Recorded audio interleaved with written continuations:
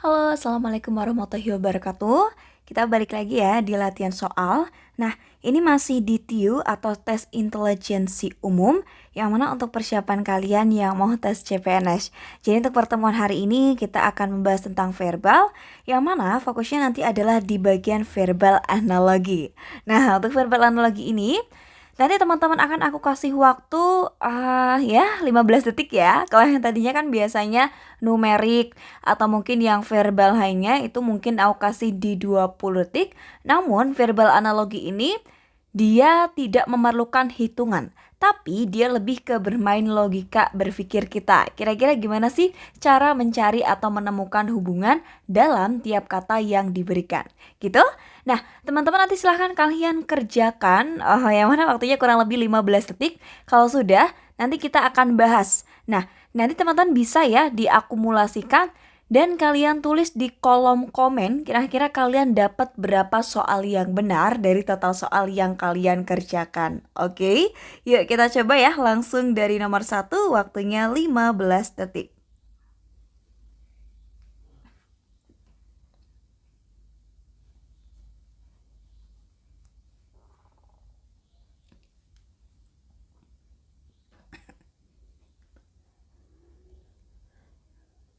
Oke, sudah selesai. Wah, nomor 1 ini gampang. Loh, apa nih? Ada kata bulan. Nah, bulan itu berarti kan menandakan malam. Nah, kalau ada matahari itu berarti dia siang. Nah, kenapa jawabannya di sini bukan pagi? Karena gini teman-teman, ibaratnya kan kita ambil yang mana bulan itu kan berarti dia munculnya pada malam hari. Nah, malam hari itu kan gelap. Sedangkan kalau terang itu kita hubungkannya dengan si siang. Karena kalau pagi itu kan biasanya masih agak sejuk gitu ya. Mungkin dari yang subuh menjelang jam 6 itu masih kurang terlalu cerah kalau dibandingkan dengan siang. Jadi ibaratnya kebalikannya itu kita pakai antonim. Ibaratnya antonimnya adalah malam dan siang atau siang malam gitu. Jadi kalau yang bulan itu pasangannya dengan malam, maka matahari pasangannya dengan siang. Hati-hati, analogi itu kadang terlihat gampang tapi juga bisa menjebak ya. Ya silahkan kita lanjutkan ke nomor 2, yang mana waktunya masih sama. Aku kasih di 15 detik. Yuk dicoba dulu 15 detik dari sekarang.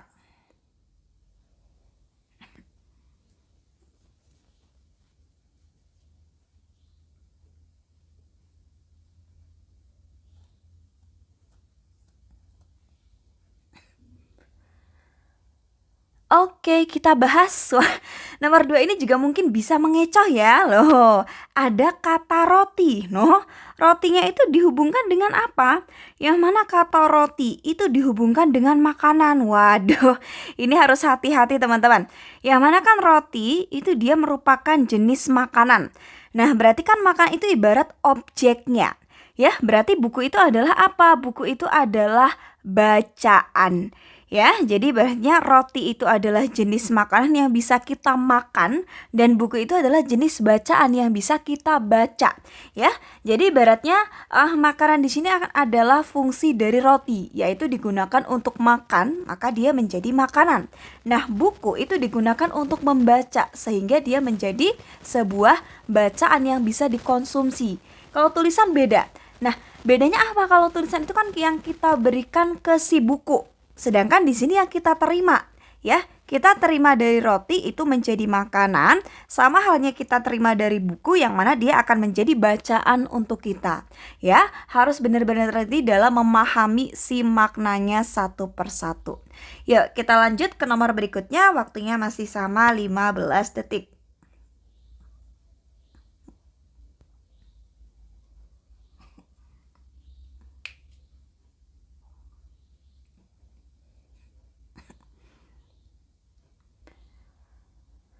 Oke, akan kita bahas. Wah, ini mungkin tidak akan membingungkan ya. Nah, yang pertama ada kata mentor. Loh, mentor kok dia bersanding dengan guru? Oke, teman-teman fokusnya apa? Ya, yang mana mentor itu kan adalah subjek dan guru itu adalah subjek juga. Berarti otomatis pelatih ini kan subjek ya. Nah, berarti kata berikutnya itu adalah subjek. Nah, oleh karena itu maka otomatis yang A itu kita eliminasi. Karena sekolah itu bukan merupakan subjek tapi dia merupakan tempat kejadian. Nah, kalau latihan itu juga bukan subjek, tapi dia adalah kegiatan yang dilakukan. Nah, antara atlet dengan pelatih olahraga, jawabannya yang mana? Jawabannya adalah yang D. Nah, kenapa yang D? Karena mentor dan guru itu dia ibaratnya memiliki ini ya, tingkatannya sama-sama dia memberikan sesuatu kepada murid. Nah, pelatih dan pelatih olahraga juga sama, dia sama-sama memberikan training atau latihan. Sedangkan kalau atlet itu dia yang diberikan latihan. Berarti kalau misal di sini atlet, harusnya di sini bukan guru, tapi siswa atau murid gitu. Yuk, kita lanjut ke nomor berikutnya. Hati-hati masih di 15 detik.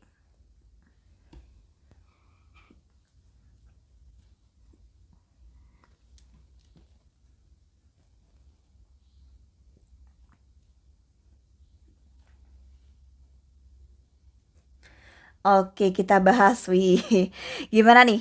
Yang pertama ada kata pelajaran. Nah, yang kedua ada kata sekolah. Loh, kok habis itu ada latihan? Nah, yo, hati-hati. Di sini ada pelajaran, di sini ada latihan. Nah, berarti kan pelajaran dan latihan itu ibaratnya bisa dikatakan hal yang kita terima dari si tempatnya. Yang mana pelajaran itu bisa diperoleh dari sekolah, maka latihan itu bisa diperoleh dari tempat latihan. Nah, kalau kursus itu enggak ya. Karena kan pelajaran itu tidak sama artinya dengan sekolah. Sedangkan latihan ini bisa kita sama dengankan juga dengan kursus. Contoh, kursus menyetir mobil, latihan menyetir mobil. Nah, itu kan dua hal yang hampir sama pengertiannya, gitu ya. Sedangkan di sini kan bisa diartikan suatu ilmu atau kegiatan yang didapat dari suatu tempat. Maka bisa kita artikannya sama seperti pelajaran didapat dari sekolah, maka latihan didapat dari tempat latihan. Gitu? Oke, kita lanjut ke nomor berikutnya, 15 detik.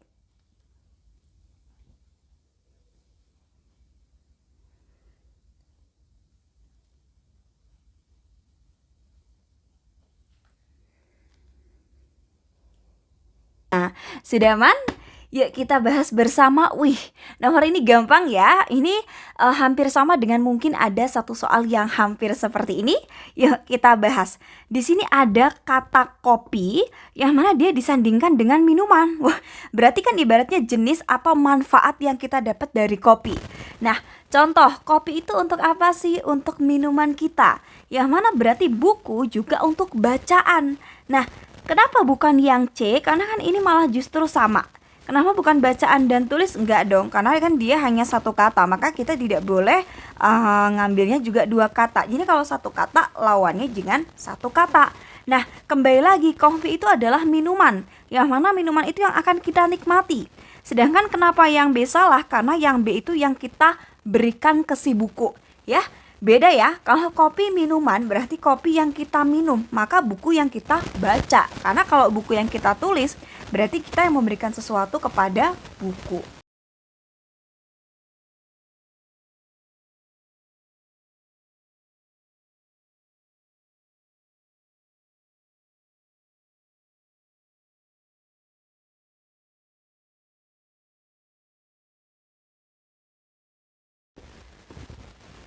Oke, kita bahas bareng-bareng. Wah, ini kayaknya kata atau mungkin kalau digabung jadi kalimat yang mungkin teman-teman bisa untuk menemukan kalimat ini di mana aja ya. Yang pertama ada kunci dengan pintu. Nah, kalau kita tarik hubungan, yang mana ada si kunci yang biasanya dia untuk mengunci atau melindungi pintu. Berarti kalau gembok itu biasanya dia dipakai di mana? Yang mana gembok itu dia biasanya dipakainya di pagar, gitu ya. Kunci biasanya ada di pintu, gembok ada di pagar. Yang mana dia fungsinya sama-sama untuk melindungi. Ya, kunci itu melindungi atau menyegel pintu, sama seperti halnya gembok itu melindungi atau menyegel si pagar, gitu. Ya, kita lanjut ke nomor berikutnya, masih di 15 detik.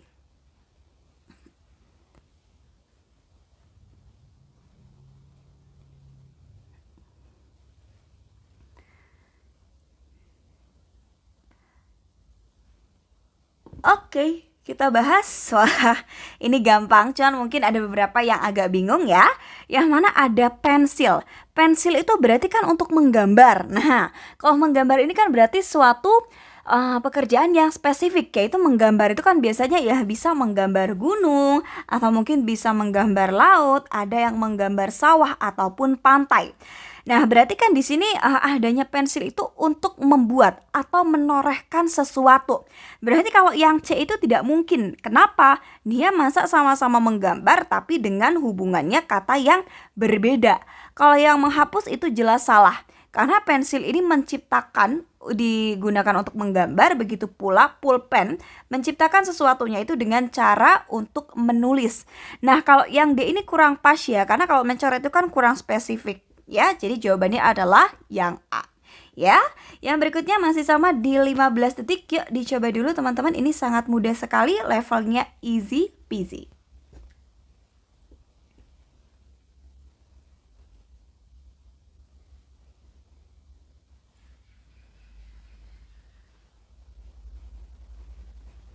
Wih, kita bahas ya. Nah, yang pertama ada kata api, ada kata panas. Loh, gimana tuh? Api sama panas, maka es dengan apa? Otomatis dia bukan dengan keras. Loh, kenapa? Karena panas itu kan berarti keadaan udara atau suhunya. Ya, berarti kalau api dengan panas, maka es itu dengan apa? Oke, es itu berarti hubungannya dengan si dingin, karena kan ibaratnya itu yang rasa yang dihasilkan. Kalau basah itu beda, basah itu kan lebih ke keadaan teman-teman ya. Jadi bukan panas karena nanti dia harusnya sama-sama api, bukan lembab juga. Jadi ibaratnya api menghasilkan panas, es menghasilkan dingin gitu ya. Atau lawan dari api es, lawan dari panas itu dingin. Itu sudah aman teman-teman? Ya silahkan dilanjut 15 detik.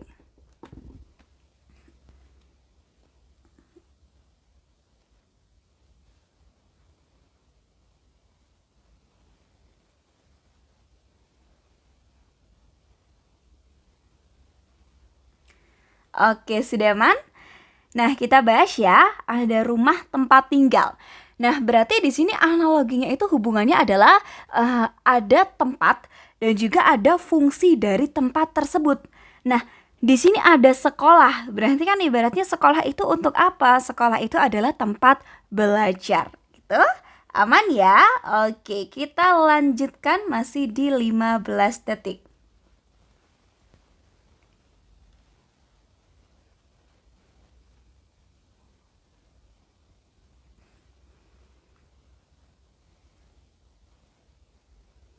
Oke, kita bahas. Wih, gimana nih? Ada anak, ada orang tua. Nah, berarti kan ibaratnya gini nih. Yang bawah itu ada anak, nanti dia atasannya ibaratnya yang bertanggung jawab adalah orang tua. Nah, kalau murid itu berarti yang bertanggung jawab siapa? Ya, berarti gampangnya gini. Anak itu kan berarti ranahnya ketika di rumah, maka dia akan menjadi tanggung jawab orang tua.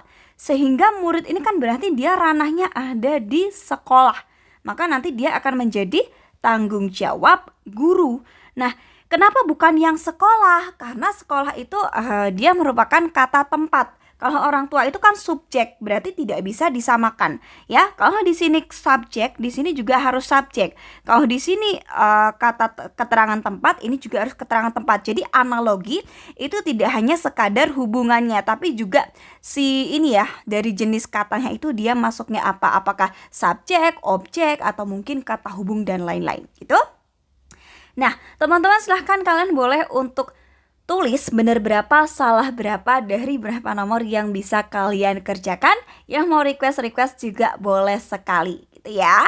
Nah, buat teman-teman misal mau ada pertanyaan atau mungkin request, boleh langsung ditulis aja di kolom komen. Oke teman-teman, aku minta maaf ya kalau misal ada kesalahan ataupun kekurangan. Semoga ilmunya bermanfaat buat kalian yang masih menjadi pejuang untuk lulus CPNS di tahun ini. Yuk semuanya, sukses selalu ya. Jangan lupa perbanyak berdoa dan belajar. See you. Wassalamualaikum warahmatullahi wabarakatuh.